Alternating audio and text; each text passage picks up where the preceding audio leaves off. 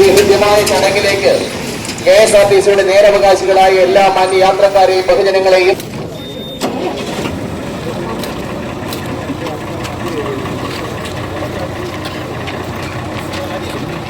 ആദ്യ ബസിന്റെ ഡ്രൈവർക്ക് കൊടുക്കുകയാണ്. ശ്രമിച്ചു പോകാം.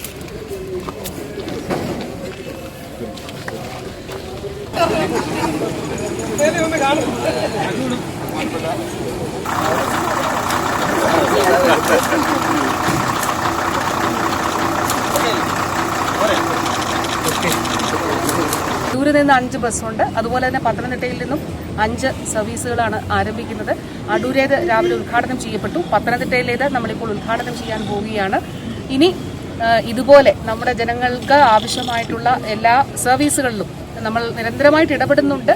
KSRTCയുടെ നിലവിലുള്ള എല്ലാ പരിമിതികളെയും കണക്കിലെടുത്തുകൊണ്ടാണ് വാസ്തവത്തിൽ നമുക്കിത് ഈ സർവീസുകൾ നമ്മളിപ്പോൾ ലഭിച്ചിരിക്കുന്നത്. കൂടുതൽ നമുക്ക് ആവശ്യമായിട്ടുണ്ട്. പ്രത്യേകിച്ച് രാത്രികാല സർവീസുകൾ പത്തനംതിട്ടയിൽ നിന്ന് പുറത്തേക്കും പത്തനംതിട്ടയിലേക്കും നമുക്ക് ആവശ്യമുണ്ട്. അപ്പോൾ അങ്ങനെയുള്ള എല്ലാ കാര്യങ്ങളിലും കൂടുതൽ ശക്തമായി നമുക്ക് മുന്നോട്ട് പോകാമെന്ന് മാത്രം പറഞ്ഞുകൊണ്ട് ഇതിനായിട്ട് ഒപ്പം നിന്ന എൻ്റെ പ്രിയപ്പെട്ട സഹപ്രവർത്തകർ, പ്രത്യേകിച്ച് KSRTCയിലെ പ്രിയപ്പെട്ട ഉദ്യോഗസ്ഥർ എല്ലാവരോടും നന്ദി പറഞ്ഞുകൊണ്ട് ഔപചാരികമായി ഉദ്ഘാടനം നിർവഹിക്കുന്നതായി ഏവരുടെ അനുവാദത്തോടെ അറിയിച്ചുകൊള്ളും. ഉൾപ്പെടെയുള്ള ബഹുമാന്യരായ ഉദ്യോഗസ്ഥർ, ഇവിടെ സന്നിഹിതരായിരിക്കുന്ന നല്ലവരായ നാട്ടുകാരെ, സഹോദരങ്ങളെ, സുഹൃത്തുക്കളെ, വളരെ സന്തോഷത്തോടെയാണ് പത്തനംതിട്ട ഡിപ്പോയിൽ നിന്നുള്ള ആങ്ങമൂഴി ചെയിൻ സർവീസിൻ്റെ ഉദ്ഘാടന കർമ്മം നിർവഹിക്കുന്നതിന്, അത് ഫ്ലാഗ് ഓഫ് ചെയ്യുന്നതിന് വേണ്ടി എത്തിയിരിക്കുന്നത്.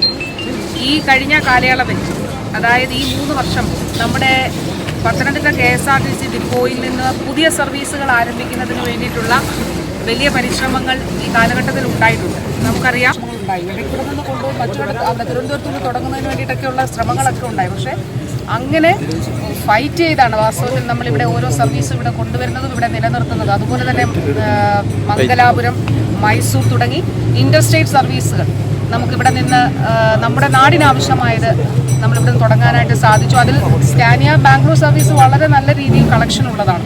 മറ്റിവിടെ നിന്ന് മാറ്റിക്കൊണ്ടു പോയപ്പോൾ കളക്ഷൻ വളരെ ഗണ്യമായി കുറയുന്ന സാഹചര്യം ഉണ്ടായിട്ടുണ്ട്. അപ്പോൾ ഞാൻ പറഞ്ഞു വന്നത്, ആ രീതിയിൽ ജനങ്ങൾക്ക് ഉപകാരപ്രദ KSRTCയെ അത് ഒരു പൊതുമേഖലാ സ്ഥാപനം എന്നുള്ള രീതിയിൽ തകർച്ചയിൽ നിന്ന് രക്ഷിക്കുന്നതിന് വേണ്ടി ഉള്ള എല്ലാ പരിശ്രമങ്ങളിലും ഭാഗമാക്കി ആയിക്കൊണ്ടാണ് നമ്മൾ ഇതിൽ പങ്കാളികളായിട്ടുള്ളത്.